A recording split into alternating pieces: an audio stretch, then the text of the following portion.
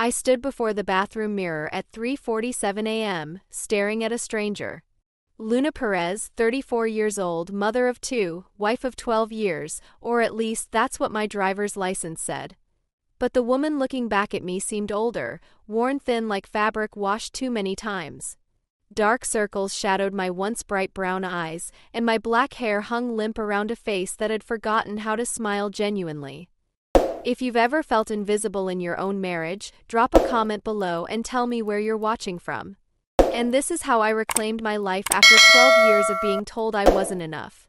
Hit that like and subscribe button if you're ready to hear how one night of courage changed everything. 12 years ago, I was Luna Rivera, a vibrant marketing coordinator with dreams of starting my own agency. I wore red lipstick to work, laughed loudly at restaurants, and believed the world was full of possibilities. Tonight, I was just Marcus's wife, someone who existed in the margins of her own life. The house was silent except for the hum of the refrigerator and Marcus's snoring from our bedroom. I couldn't sleep again. It had been 3 weeks since he'd made his announcement, and the words still echoed in my head like a broken record. "You're not coming to the company retreat, Luna. It's a professional event, not a family picnic." The retreat. 3 days in Aspen with his tech startup colleagues and their partners. 3 days of networking, skiing, and elegant dinners at mountain lodges. I had been looking forward to it for months, had even bought a new dress, a deep burgundy number that made me feel almost like my old self. "But Marcus," I had said, standing in our kitchen while he scrolled through his phone, "the invitation specifically says, 'Partners welcome.' I've already arranged for Mom to watch the kids." He hadn't even looked up. "Trust me, Luna. You don't want to be there. These aren't your kind of people." "What do you mean, my kind of people?" Finally, he'd raised his eyes, and the look he gave me was one I'd been seeing more often lately, a mixture of impatience and something that felt like shame. Not shame for his words, but shame of me. "Look at yourself," he'd said, gesturing vaguely in my direction. "When's the last time you bought decent clothes? When's the last time you did something with your hair? These are successful people, Luna. Entrepreneurs, investors, their wives are, well, they're different. They're polished. Put together. They'll be talking about art galleries and wine tastings, not PDA meetings and grocery sales." I had stood there, frozen, as his words settled into my chest like stones. I could get ready. I could. "It's not just about getting ready," he'd interrupted. "It's about fitting in. About not embarrassing me in front of people who matter for my career." That night I'd cried quietly in the shower, letting the water wash away the tears so the kids wouldn't see. But the worst part wasn't his cruelty, it was the tiny voice in my head that whispered he might be right. Now, 3 weeks later, Marcus was packing for his trip. His suitcase lay open on our bed, filled with crisp shirts I'd ironed, designer jackets, and Italian leather shoes.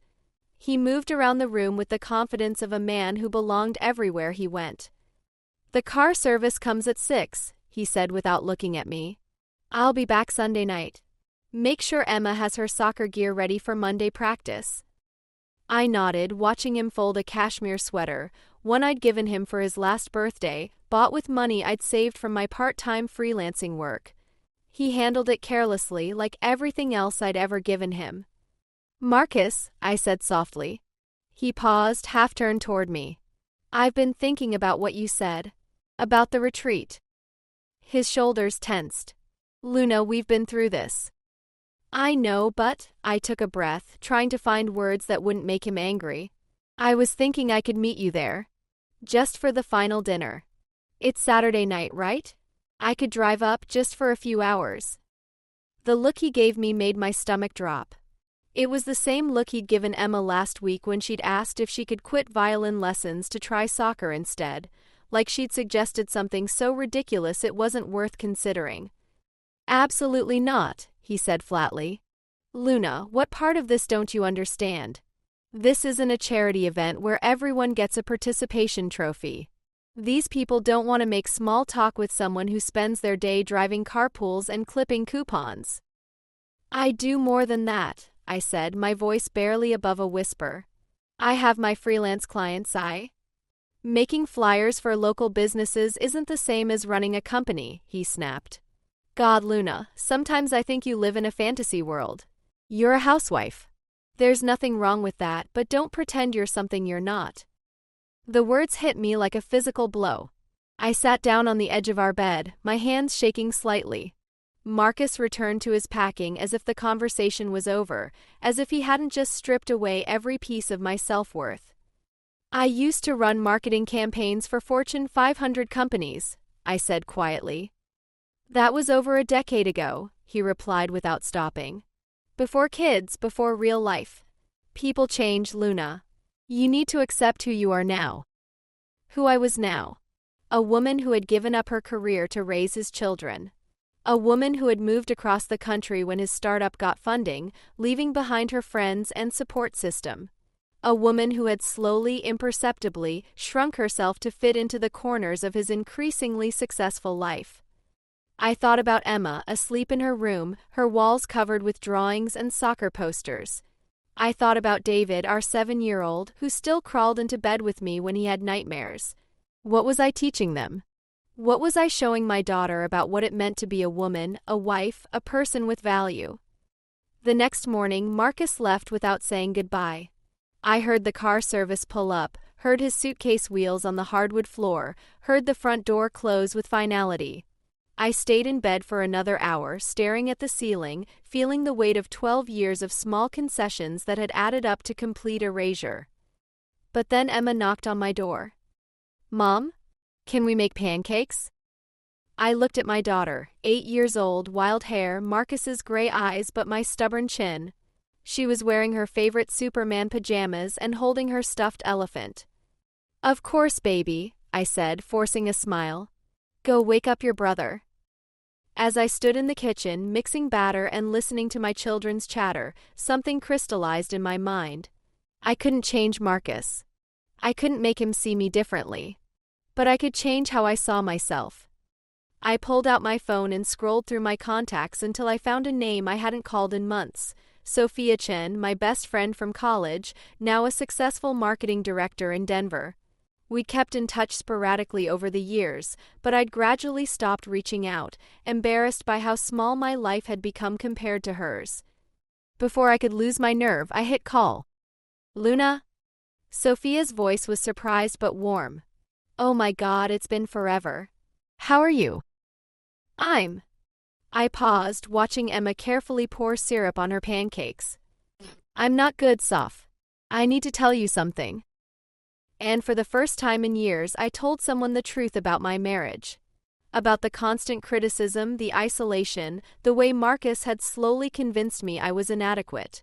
Sophia listened without interrupting, and when I finished, there was a long pause. Luna, she said finally, her voice tight with anger, that's not normal. That's not how someone who loves you should treat you. But maybe he's right, I whispered. Maybe I have let myself go. Maybe I don't fit into his world anymore. Bullshit, Sophia said firmly. You know what?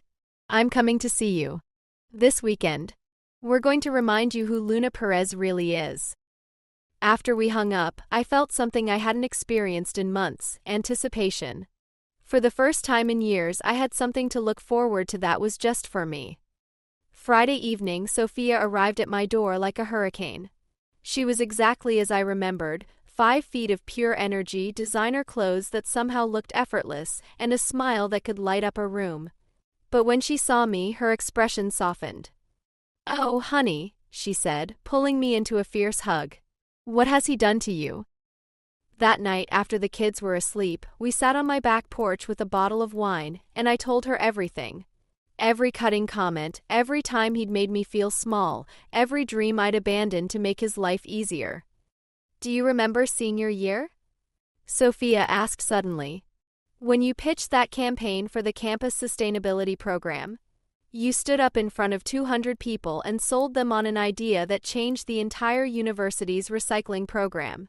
You were fearless. I smiled sadly. That feels like a different person.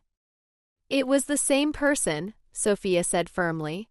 She's just been buried under years of someone else's insecurity. Marcus doesn't diminish you because you're not good enough, Luna. He diminishes you because he's afraid of how bright you shine when you're confident. He's successful though, I said.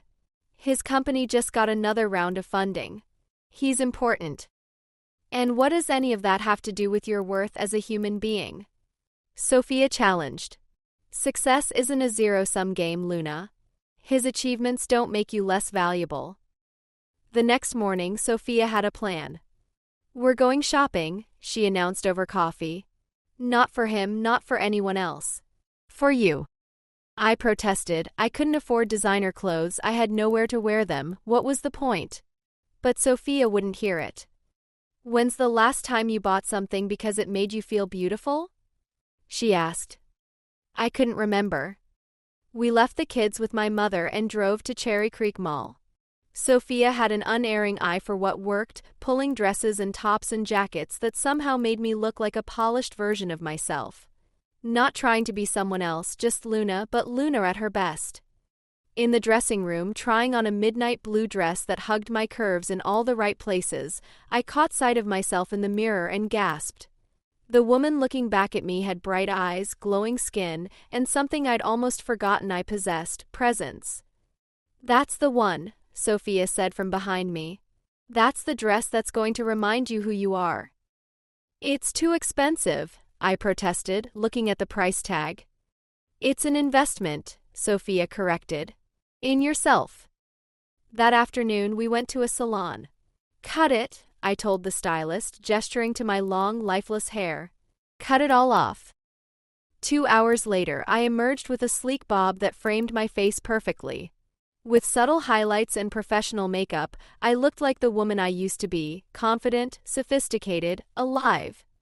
Now, Sophia said, grinning at our reflection in the salon mirror, let's talk about that company retreat. I stared at her. Sophia, I can't.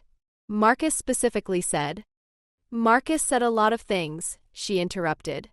Most of them designed to keep you small and manageable. But you know what? You're an adult woman with every right to attend a public event at a resort. Especially when your husband is there representing a company you helped support through its early days. I helped support? Luna, you gave up your career so he could take risks with his startup. You moved across the country away from your support system. You've raised his children and managed his household for 12 years. You're not a charity case, you're a partner who's been systematically undervalued. She was right and I knew it. But the thought of showing up at that retreat, of facing Marcus's anger and embarrassment, made my stomach churn. I can't just show up uninvited, I said weakly. Sophia pulled out her phone. What's the name of the resort? The St. Regis Aspen. But Sophia.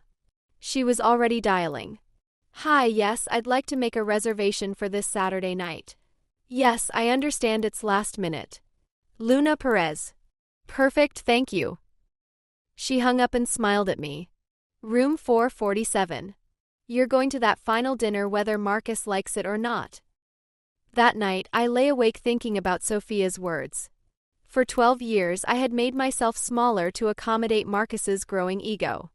I had silenced my opinions, dimmed my personality, and convinced myself it was for the good of our family. But what example was I setting for Emma? What was I teaching David about how men should treat women? The next morning, I made a decision that terrified and exhilarated me in equal measure.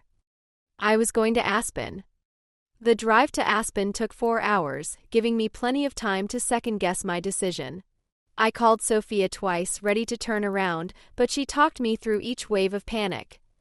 Remember, she said during our second call, you're not doing this to get back at Marcus. You're doing this for you. To prove to yourself that you still exist. I arrived at the St. Regis just as the sun was setting behind the mountains. The hotel was everything I'd imagined, elegant, sophisticated, filled with the kind of people Marcus insisted I couldn't relate to. But as I walked through the lobby in my midnight blue dress, my new haircut perfectly styled, my makeup flawless, I felt something I hadn't experienced in years. I belonged here. The final dinner was being held in the hotel's main ballroom. I could hear laughter and conversation spilling out into the hallway. For a moment, I hesitated. I could still leave, drive home, pretend this never happened. Instead, I squared my shoulders and walked through the entrance. The effect was immediate. Conversations paused as heads turned in my direction. I scanned the room, looking for Marcus, and found him near the bar with a group of colleagues. He had his back to me, gesturing animatedly as he told some story. A tall man with salt and pepper hair approached me, smiling warmly. "I don't believe we've met. I'm Robert Chen, CFO of Meridian Ventures." "Luna Perez," I replied, accepting his offered hand. My voice was steady, confident. "Perez? Any relation to Marcus Perez from Innovate Tech?" "I'm his wife," I said simply. Robert's eyebrows rose slightly. Marcus never mentioned he was married to such a striking woman. "Are you in tech as well?" "Marketing," I replied. "I used to run campaigns for several Fortune 500 companies before I stepped back to focus on family." "Used to? That's a shame. The industry needs more people who understand both creativity and strategy." Before I could respond, I heard my name being called. I turned to see Marcus striding toward us, his face a mask of shock and barely controlled anger. "Luna," he said, his voice tight. "What are you doing here?" "I decided to join you for the final dinner," I replied calmly. "I hope that's all right." Marcus's smile was strained as he glanced at Robert, clearly aware that they had an audience.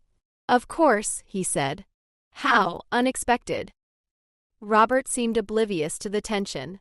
"Marcus, you lucky devil, hiding this beautiful wife of yours.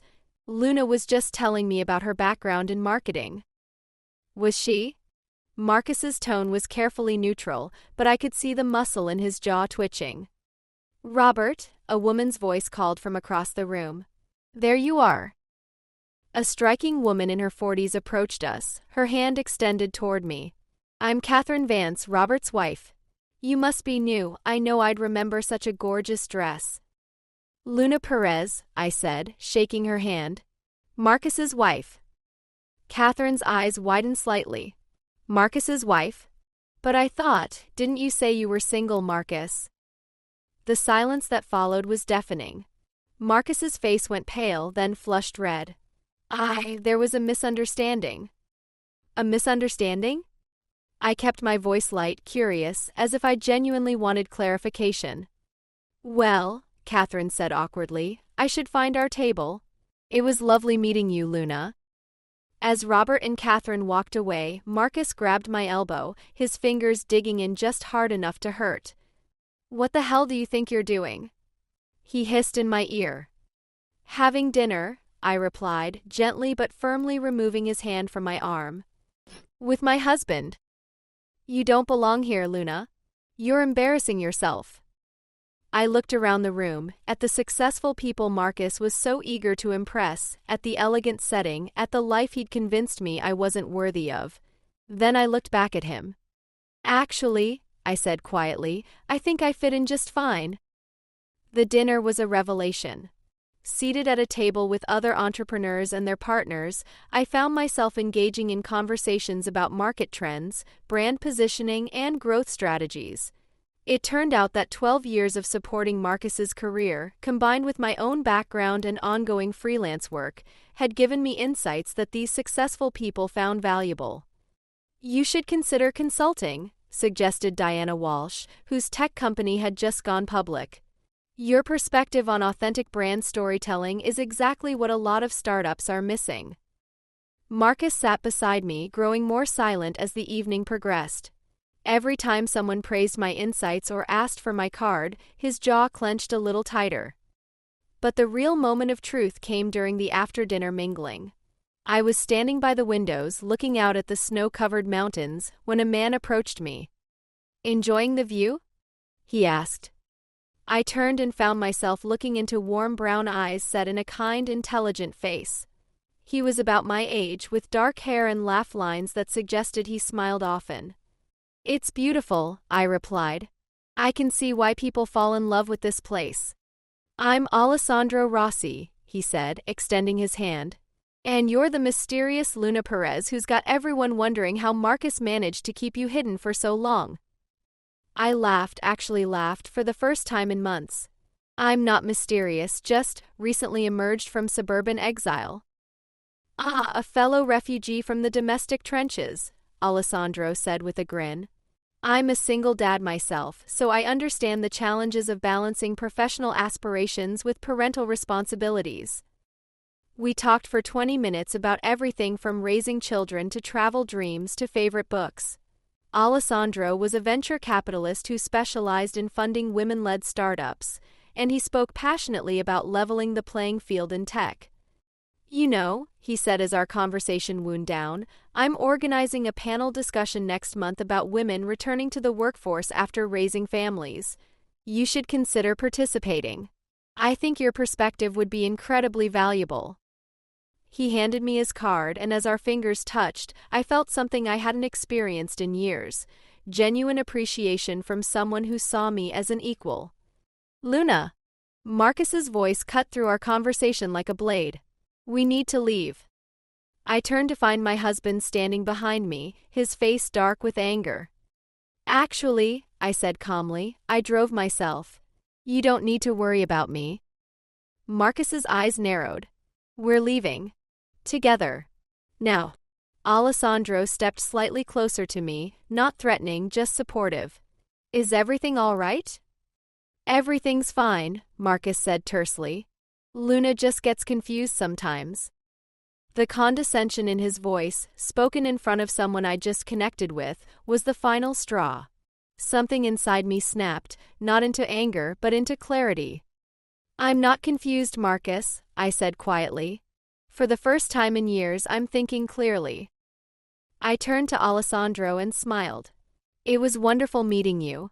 I'll definitely consider your panel discussion. Then I walked away from both of them, across the ballroom and out into the crisp mountain air. I drove back to Denver through the night, my mind racing. The 4-hour drive gave me time to process what had happened, to understand the magnitude of the shift that had occurred. I hadn't just attended a dinner, I had reclaimed a piece of myself. Marcus came home Sunday evening to find me in the kitchen, helping the kids with homework as if nothing had happened. We need to talk, he said coldly. After the kids are in bed, I replied without looking up from David's math worksheet. When Emma and David were finally asleep, Marcus cornered me in our bedroom. What you did was unforgivable, he began. Do you have any idea how humiliated I was? Having my wife show up uninvited, throwing herself at my colleagues. I didn't throw myself at anyone, I interrupted calmly. I had dinner and engaged in professional conversations. Apparently quite successfully, since several people asked for my contact information. This isn't about you, Luna. This is about my career, my reputation. These people think I can't even control my own wife. Control? I repeated, the word hanging in the air between us. Is that what you think marriage is about? Control? Don't twist my words. You know what I mean. Actually, I don't think I do know what you mean. Maybe you should explain it to me. For the first time in our 12-year marriage, Marcus seemed at a loss for words.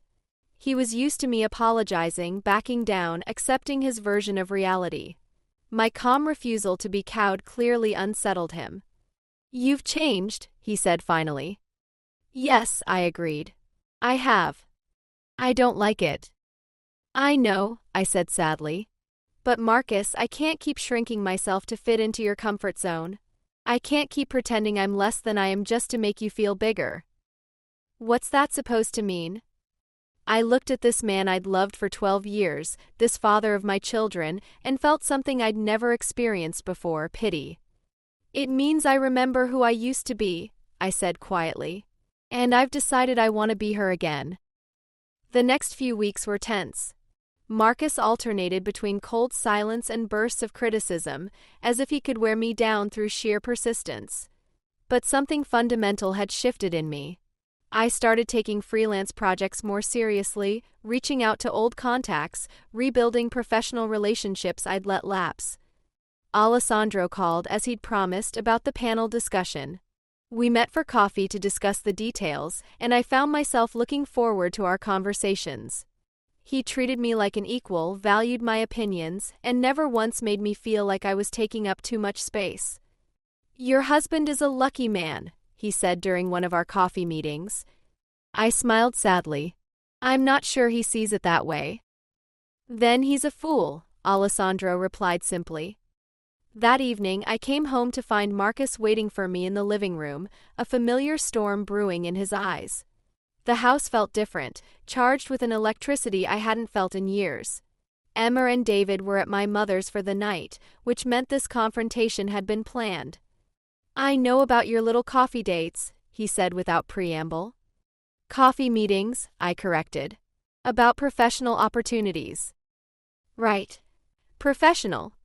His tone was laden with sarcasm. Do you think I'm stupid, Luna? Do you think I don't know what's really going on? I set down my purse and faced him fully. For months now, I'd been preparing for this moment without even realizing it.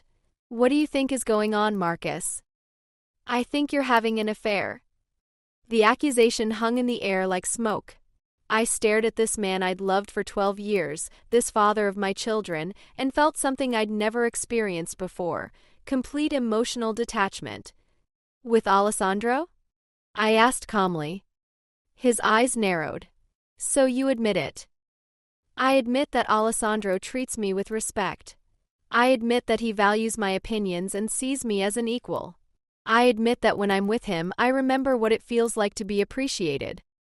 I paused, choosing my words carefully. But I've never been unfaithful to you, Marcus. Not physically, anyway. What's that supposed to mean? I walked to the window, looking out at our manicured lawn, the perfect suburban life I'd helped him build. It means I've been emotionally unfaithful to myself for years. I've betrayed every dream I ever had, every goal I ever set, every part of myself that made me who I was before I became your wife. You're being dramatic. Am I? I turned back to face him. When's the last time you asked me about my day? Not whether dinner was ready or if I'd picked up your dry cleaning, but how I was feeling, what I was thinking, what I wanted. Marcus shifted uncomfortably. I ask you things. You ask me logistical questions. You treat me like a personal assistant, not a partner. I moved closer, my voice still calm but gaining strength. When's the last time you told me you were proud of me? When's the last time you introduced me to someone and mentioned my accomplishments instead of just saying, "This is my wife"? Your accomplishments? His voice rose slightly. Luna, you're a mother. You do some freelance work. What accomplishments? And there it was. The truth he'd been hiding behind years of subtle criticism and outright dismissal. In his mind, I had no value beyond my utility to him. You know what, Marcus? I said, my voice steady despite the earthquake happening inside me. I should be having an affair. I should be with someone who appreciates me, who values me, who doesn't spend every day trying to convince me I'm not good enough. His face went white, then flushed red. How dare you? How dare I what? Acknowledge that I deserve better than this. I gestured between us. That I deserve a partner who builds me up instead of tearing me down? That I deserve someone who's proud to be seen with me instead of embarrassed. You're my wife, he said, as if that settled everything. Yes, I am. And for 12 years I've been a good wife. I've supported your dreams, raised your children, maintained your home, and asked for nothing in return except basic respect. And you can't even give me that. Marcus stood up abruptly, pacing to the fireplace. I work 60 hours a week to provide for this family. I've built a successful company that allows you to stay home with the kids. You live in a beautiful house in a great neighborhood. What more do you want? I want to feel like I matter, I said quietly. I want to feel like my thoughts and feelings are important to the person who's supposed to love me most. I want to look in the mirror and see someone worthy of respect, not someone who has to earn her place at her own husband's table. You're being ridiculous. Am I? Then answer this, why didn't you want me at the retreat? He was quiet for a long moment. We've been through this. No, we haven't. Not really. You gave me excuses about fitting in and not embarrassing you, but what was the real reason? Marcus's jaw tightened. The real reason is that you don't understand my world anymore. You don't know how to talk to these people. You haven't worked in a real professional environment in over a decade. And whose fault is that? I asked softly. Who encouraged me to leave my job? Who said the family needed me at home? Who made it impossible for me to maintain professional relationships by moving us away from everyone I knew? That's not fair. Those were decisions we made together. No, Marcus. Those were decisions you made and I agreed to because I loved you and trusted you to value what I was sacrificing. I felt tears starting to form but blinked them back. And every year since then, you've used those sacrifices as proof that I'm less than you are. I never said that. You didn't have to say it. You've shown me every day for 12 years. Every time you dismissed my opinions, every time you made a major decision without consulting me, every time you acted like my contributions to this family were worthless compared to your paycheck. Marcus sat back down heavily, his head in his hands. For a moment, I thought he might apologize, might acknowledge what he'd done to us. Instead, he looked up at me with something that looked almost like hatred. So what now? He asked. You want me to pretend that your little craft projects are as important as my company? You want me to lie and say you're as accomplished as the women I work with? I want you to see me as a person, I said simply. A person who had a successful career before I met you, who gave it up to support your dreams, who has spent every day since then trying to be worthy of your love. Are you saying you want a divorce? The question surprised me. Not because he'd asked it, but because my answer came so quickly, so clearly. Yes, I said. I think I am. The silence that followed was deafening. Marcus stared at me like I'd spoken in a foreign language, like the concept of me leaving him was so impossible he couldn't process it. You can't be serious, he said finally. I've never been more serious about anything in my life. Luna, you can't make it on your own. You haven't worked full-time in over a decade. You have no savings, no credit in your name, no professional network. You'd be lost without me. The words were designed to terrify me, to send me scrambling back to the safety of his control. A year ago they would have worked. But the woman standing in our living room wasn't the same woman who had begged to attend a company retreat. Maybe, I said calmly, but I'd rather be lost and looking for myself than found and still invisible. What about the kids? What about them? They'll have two parents who hopefully will be happier apart than together. They'll see their mother standing up for herself, showing them that no one has the right to make you feel worthless. You're being selfish. For the first time in 12 years, yes, I am being selfish. And you know what? It feels amazing. Marcus stood up again, his face dark with rage. Fine. You want a divorce? You'll get a divorce. But don't think you're going to take me for everything I've worked for. Don't think you're going to use our kids as pawns to get what you want. I don't want your money, Marcus. I want my life back. We'll see about that, he said coldly and walked out of the room.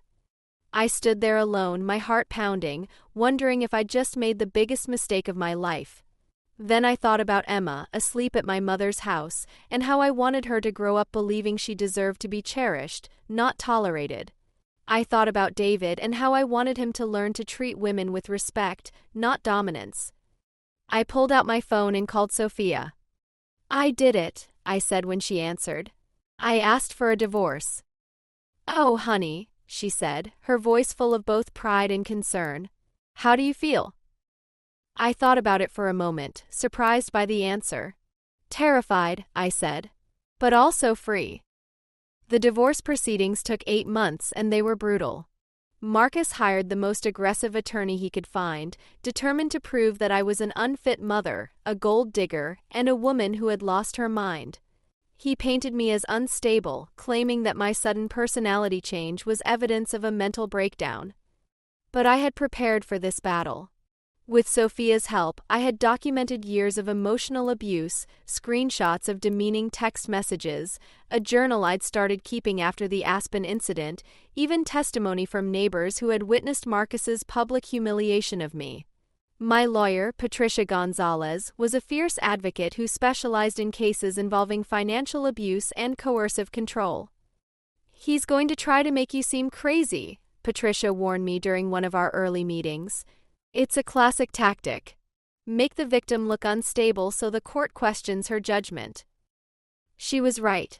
Marcus's attorney painted a picture of a woman who had abandoned her family responsibilities to chase fantasies of career success. They brought up every freelance project I'd taken, characterizing them as evidence that I was neglecting my children.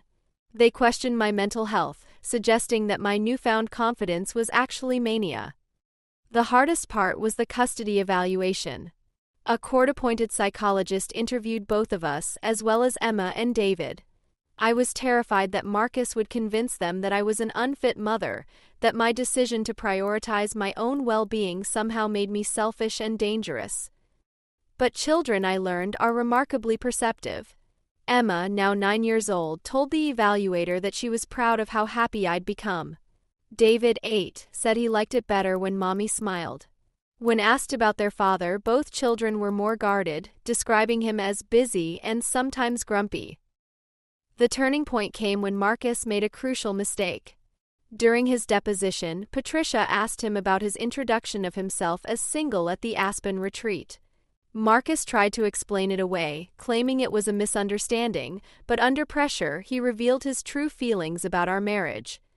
I wasn't lying, he said, his carefully constructed facade cracking. I felt single. I felt like I was carrying dead weight, dragging around someone who added nothing to my life except obligations. Patricia let the words hang in the air before asking her next question. And how long had you felt this way about your wife, Mr. Perez? Years, Marcus admitted, not realizing how damaging his honesty was. Maybe since the kids were born.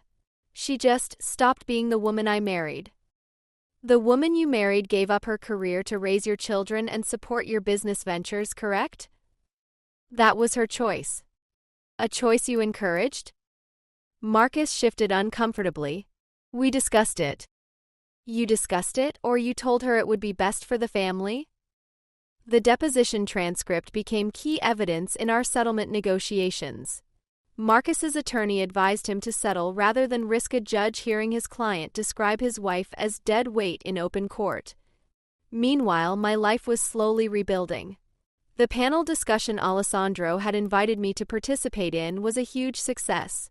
I spoke about the challenges of re-entering the workforce after years of domestic focus, and the response was overwhelming. 3 different companies approached me about consulting opportunities, and a women's professional organization asked me to speak at their annual conference. For the first time in over a decade, I had business cards with my name on them. I opened my own bank account, established credit in my name, and started building a professional network that was mine alone. Alessandro was patient through all of this. He never pressured me for more than I was ready to give, never tried to be my savior or my solution. Instead, he became my friend, my confidant, and eventually, my partner in the truest sense of the word. I don't want to be your rebound, he told me one evening as we walked through the park near my new apartment. I want to be your choice. You are my choice, I replied, surprising myself with the certainty in my voice. But I need to finish becoming myself again before I can fully give myself to someone else. He smiled and took my hand. I'll wait as long as it takes. The divorce was finalized on a rainy Tuesday in November. I sat in the courthouse beside Patricia, listening to the judge make our marriage officially over, and felt something I hadn't expected: relief. Not just that the legal battle was over, but that the chapter of my life where I had to earn my place in my own home was finally closed. Marcus got the house, I didn't want it anymore. The memories embedded in those walls felt toxic, and I needed a fresh start. I got joint custody of the children, substantial alimony for 5 years to help me reestablish my career, and something even more valuable: the legal acknowledgement that my contributions to our family had been significant and worthy of compensation. Emma and David adapted to our new life with remarkable resilience. Our apartment was smaller than the house they'd grown up in, but it was filled with laughter and creativity in ways our old home had never been. I converted the second bedroom into an office where I could work on my consulting projects, and the kids loved having a space where they could help with my presentations and marketing materials. Mommy, Emma said one evening as she helped me prepare slides for a client presentation. "You seem different than you used to." "Different how, sweetheart?" "Happier. Like really happy, not just pretend happy." Her words brought tears to my eyes. I hadn't realized how much my old unhappiness had affected my children, how they'd noticed my performative contentment. But they were thriving now, seeing their mother as a whole person with dreams and goals beyond their immediate needs. My consulting business grew rapidly.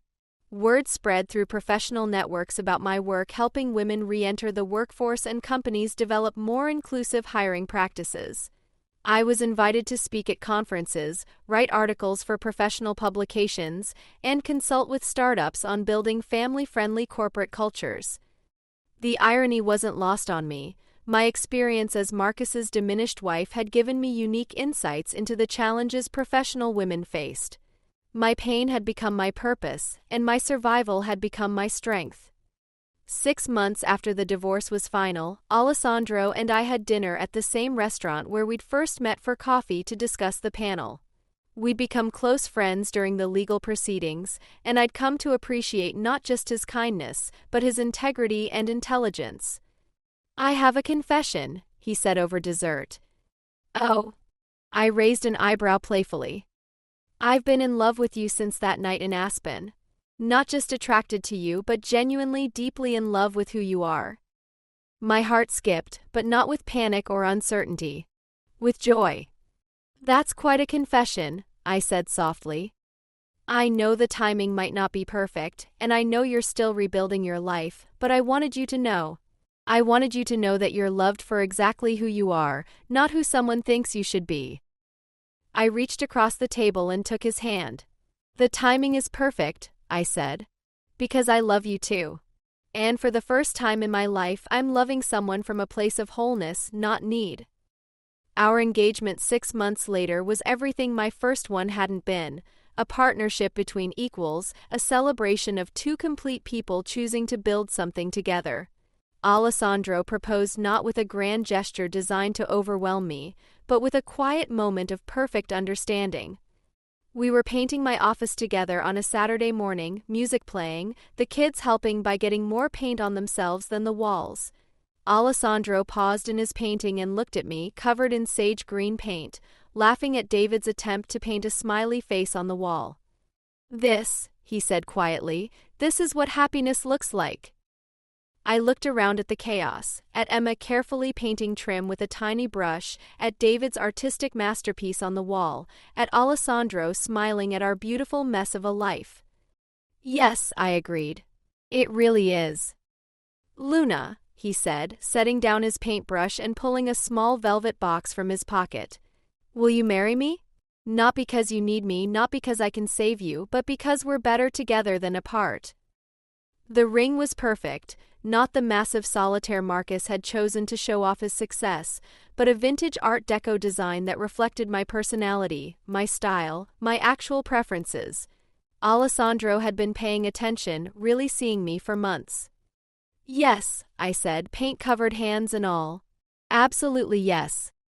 Emma squealed with delight, and David asked if this meant Alessandro would officially be his stepdad. The proposal was messy and imperfect and absolutely everything I had never known I wanted. Our wedding was small and intimate, just family and close friends gathered at a vineyard outside Denver. Emma and David walked me down the aisle, proud to be part of the ceremony. My mother cried happy tears, and even my father, who had initially been skeptical of my divorce, admitted that he'd never seen me so radiant.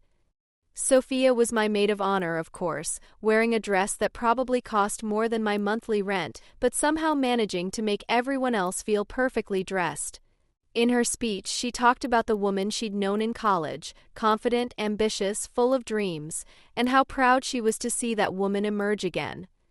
"Luna didn't need to be rescued," Sophia said, raising her glass. "She needed to remember her own strength. And now that she has, watch out, world."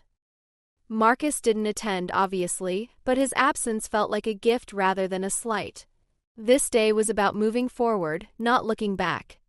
He had quickly remarried his young assistant, and according to mutual friends, was already displaying the same controlling behaviors that had destroyed our marriage. I felt sorry for his new wife, but I also felt grateful that it was no longer my responsibility to manage his emotions or absorb his criticism. As Alessandro and I exchanged vows, promising to support each other's dreams and challenge each other to grow, I thought about the woman I'd been just 2 years earlier. The woman who had stared at herself in the bathroom mirror at 3:47 a.m., wondering where Luna had gone. She had never left. She had just been waiting, patient and strong, for the moment when I would be brave enough to fight for her. The woman standing at this altar, surrounded by love and acceptance, had traveled a long road to get here. She had walked through fire and emerged not just unburned but purified. She had learned the difference between love and control, between partnership and possession, between being chosen and being diminished. Most importantly, she had learned that her worth was not dependent on anyone else's approval. She was valuable because she existed, because she brought unique gifts to the world, because she was Luna Perez, artist, consultant, mother, friend, and now equal partner in a marriage built on mutual respect and genuine love. As we kissed to seal our union, I caught a glimpse of myself in the window behind the altar. The woman looking back at me was confident, radiant, and completely, unapologetically herself. Luna Perez had not just come home. She had built a new home, one where she would never again have to earn her place at her own table. The journey from victim to victor had been long and painful, but standing there in my white dress, surrounded by people who celebrated my happiness rather than tolerated my presence, I knew that every difficult step had been worth it. I was finally, completely, authentically free.